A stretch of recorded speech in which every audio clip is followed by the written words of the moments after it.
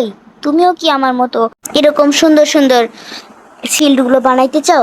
তাহলে তুমি এখনই আমার সঠিক ভিডিওতে চলে এসেছো। তো ফার্স্টেই আমাদের লাগবে, আমি যে রঙের শিলটা বানাবো, আমি বাংলাদেশের শিল বানাবো, তাই এরকম আমাকে একটা লোম লাগবে।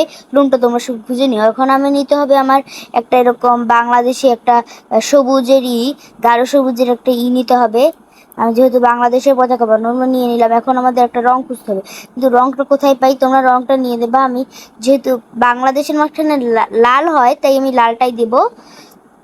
এই যে আমি লাল নিয়ে নিছি। এখন দেখো কেমনে আমি এই দেখো লোমের মধ্যে দিয়ে দিলাম। এখন এটা দিলাম, এটা দিলাম।